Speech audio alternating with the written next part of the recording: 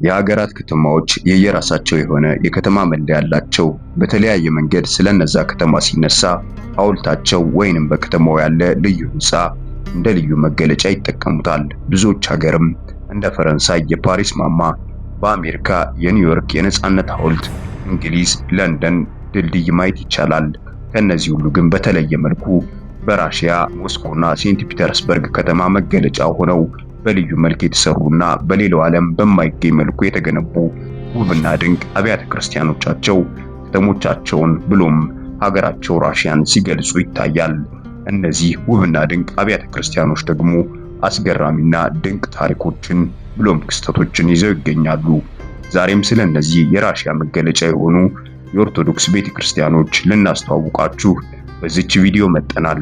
እስከ ቪዲዮ መጨረሻ አብራችሁ እንድትቆዩ እንጋብዛችኋለን። ራሺያ ዋና ከተማ ሞስኮ ለዘመናት ትልቁ ሕንፃው ነው የቆየው። የሞስኮ ከተማ መገለጫ የሆነው ልዩ ታሪክና ልዩ የሕንፃ ግንባታ ቅርጽ ያለው ቅዱስ ባሲል ካቴድራል ቤተክርስቲያን ለዘመናት አሁንም ድረስ ሞስኮ ስትነሳ ከፊት የሚቀድም መገለጫዋ ነው። የቅዱስ ባሲል ካቴድራል ቤተክርስቲያን የተገነባበትም ጊዜ ቢሆን ጥንታዊ ነው። እንደ አውሮፓውያን አቆጣጠር በ1552 ቲዛር አይቫን አራተኛ የሙስሊሞችን ወረራ አሸንፎ ሀገሩን ስላስጠበቀ በየትኛውም ዓለም ከተገነቡ የኦርቶዶክስ ቤተክርስቲያኖች በተለየ መልኩ ይህን የሞስኮ መለያ የሆነውን ትልቅ ቤተክርስቲያን በ1555 ግንባታ ጀምሮ በ6 ዓመታት በጣም በአጭር ጊዜ በ1561 ሊያጠናቅቅ ችሏል። ይህ ቤተክርስቲያን 9 ጉልላቶች ሲኖሩት ጉልላቶቹም በሽንኩርት ቅርጽ ውብ ሆነው ተሰርተዋል። እያንዳንዳቸው ጉልላቶች የተለያየ ቅዱሳንን ሲወክሉ በተጨማሪ የንጉሥ አይቫን አራተኛ 9 ድሎችን ያመለክታሉ። ጉልላቶቹ ከ17ኛው ክፍለ ዘመን በፊት እንዳሁኑ በከለር ያሸበረቁም አልነበሩም። ነጭና ወርቃማ ቀለም የነበራቸው። ይህ ትልቅ ቤተክርስቲያን ስሙም ቢሆን በቅዱስ ባሲሊዮስ አልነበረም የተሰየመው፣ ፓክሮቭስኪ ካቴድራል ይባል ነበር። ስለዚህ ትልቅ ቤተክርስቲያን ስናነሳ ስለ ቅዱስ ባሲል ማንነት ማንሳት ግዴታ ነው። ቅዱስ ባሲል በ1468 በሞስኮ ከድሃ ቤተሰብ የተወለደ ሰው ሲሆን ገና በልጅነቱ ያልተለመዱ ራእዮችን ያይና የእምነት ጽናት የነበረው ሰው ነበረ።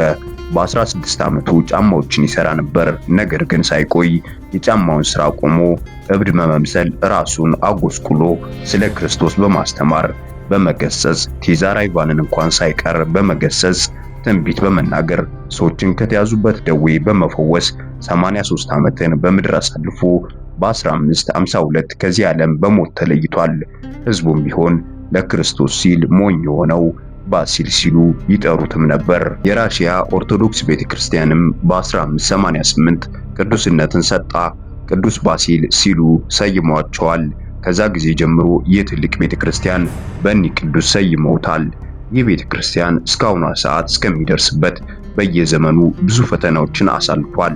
ናፖሊ ቦናፓርቲ ራሺያ ኖሮ ሞስኮ ገብቶ ከሞስኮ በሚወጣበት ጊዜ ቤተክርስቲያኑን ለማፈንዳት ፈንጂ ጠምዶ ነበረ።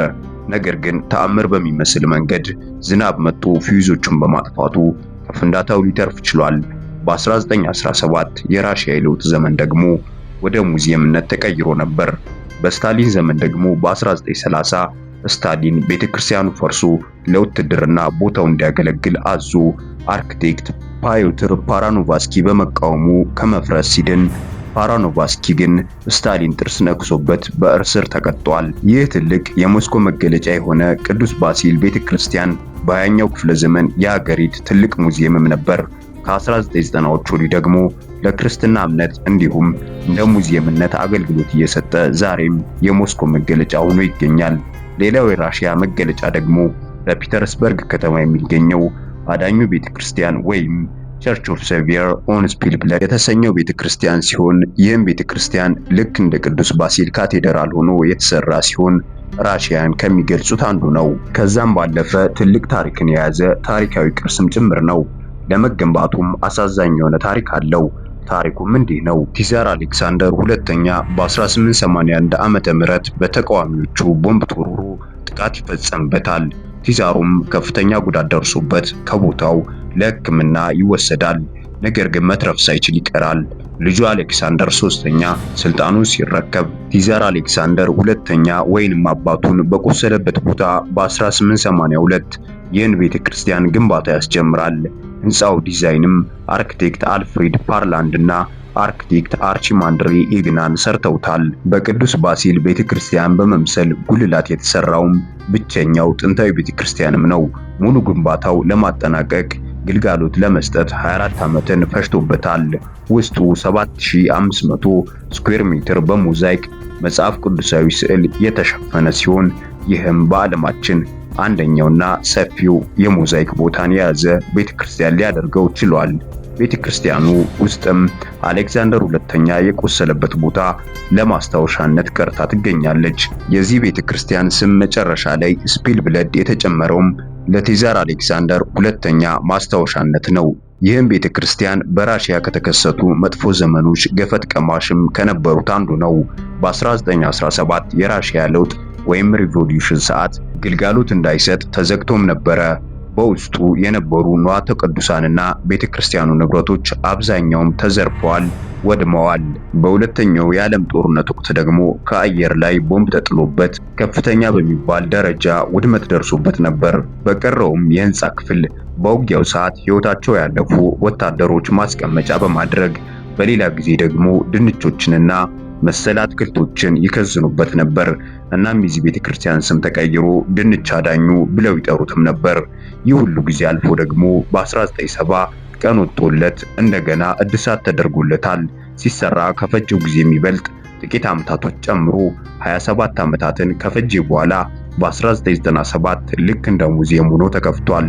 በዚህ ሰዓት ቸርች ኦፍ ሴቪየር ኦን ስፒል ብለድ የፒተርስበርግ ከተማ ምልክትም የውበት መገለጫም እንዲሁም ትልቅ የሀገሪቱ ሙዚየም በመሆን እያገለገለ በብዙዎችም እየተጎበኘ ይገኛል።